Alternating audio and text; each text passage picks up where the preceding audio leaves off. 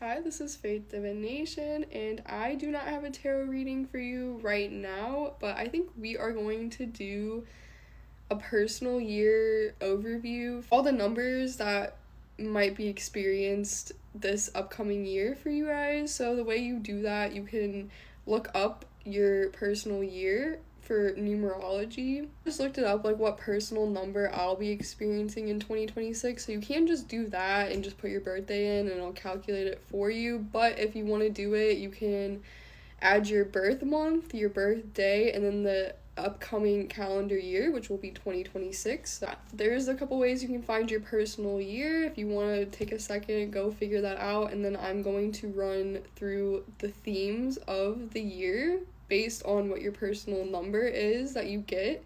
We'll do a personal year 1, and I will put timestamps so you can just go click right to your personal year little overview. So hold on one second. Okay, so we're going to start with a number 1. So if your personal year in 2026 will be a 1, start of a new cycle of growth. It relates to uncovering what we are capable of and learning how to realize our dreams. It is about consciousness, expressing its fullest potential. This life cycle teaches us to trust our inner abilities and own who we are, achieving tangible results in the physical world. It is about individuation, self-empowerment, and recognizing our unique expression, whatever that may be. This is the first step to manifesting divine inspiration. Action and movement is required. Through action, the soul discovers what it can achieve and how to express its individuality as it communicates with others, and we are equally unique. So keywords: action, movement, and travel. So a lot of you that are going through a personal 1 year, you might revamp your whole aesthetic. You might do some traveling. You might be doing experiences that really kind of shape and shift who you are as a person. It's kind of like a revamp of your self-expression, how you express yourself to others, how you look, how you feel. So it's all about you. So some of you, I think, will be kind of learning how to be more of a leader in your life, and that will ultimately help you express yourself also better. So you expect some things about individualism, self-expression.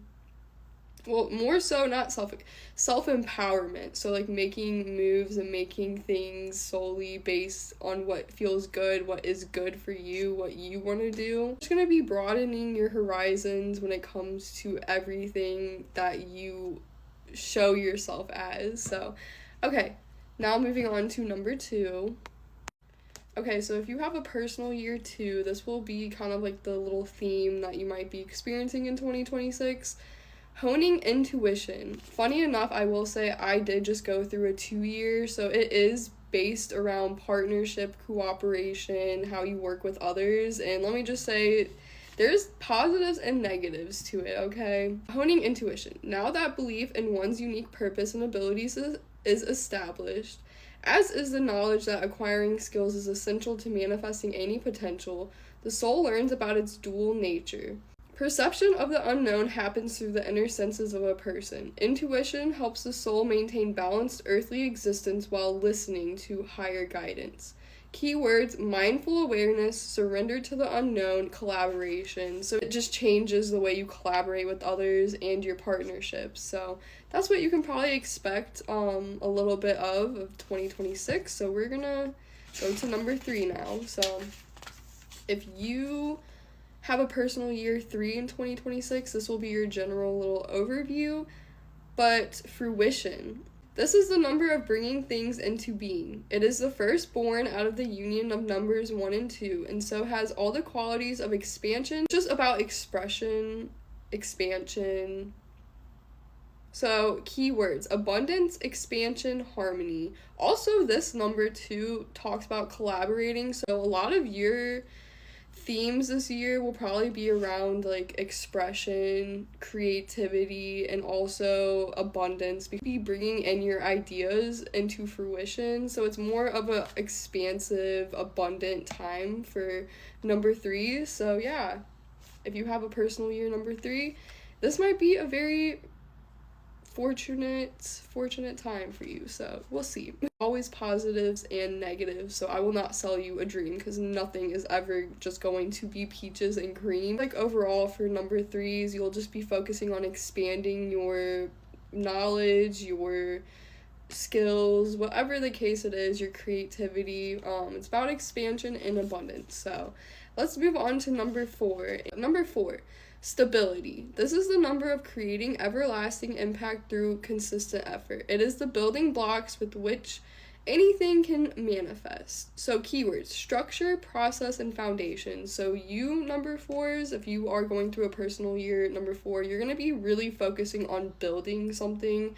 You're going to be focusing on your structures and the way, like routines, I feel like as well, like your stability, what you build off of. And it's also, I feel like, setting you up for a time in the future where you're going to be able to harvest. So really this year will be all about working hard and putting structure in place so that you can eventually harvest off of what work you put in now in this personal year. But yeah, structure, process, and foundation. So we left off number 5. So I'm doing personal year numbers for 2026. If you do not know how to calculate that, you can just look up your birthday, your birth month, and then the calendar year and have it calculate it for you. Or if not, you just do the math yourself. So you add your birth month, your birth year, the calendar year you're trying to figure out your personal number with, and then you get a number eventually. So we are going over what themes you might get based on the personal year you're about to enter. So if you have calculated your number and your personal year number comes before 5, just go check out my video I made before this because it will cover that. This is just like a short little overview of the energy of the number you will be going through. But number 5, you will be focusing on adapting to change, liberating, and building resilience are the main factors at this stage in the cycle. Because keywords: flexibility, protection, celebration. And I feel like with the number 5, that's all about kind of spreading your wings, trying out new things. It's a bit more of an adventurous, like kind of it can be a little bit unstable because when you're trying to figure out what really fits for you, you have to try out new things. So I feel like this upcoming year for you will be focused on new experiences, adventures, flexibility, like this is saying, and then also just focusing kind of on having a good time as well. Having fun, I feel like, while you're learning what works for you and what doesn't, and what things you want to build with and what things just don't work, right? So number 5, you have to learn how to adapt to changes. So there might be some big changes that will be coming for you guys in the next year or so. And it's going to teach you how to be resilient and also liberating yourself from things that just don't really work for you anymore, right? Some changes, year 5s. Okay, so we're moving to number 6. Knowing oneself through partnering with others. This is the vibration of creating harmonious partnerships and materializing goals by collaborating with others. It is about coming together with others who share similar tasks and learning to cooperate.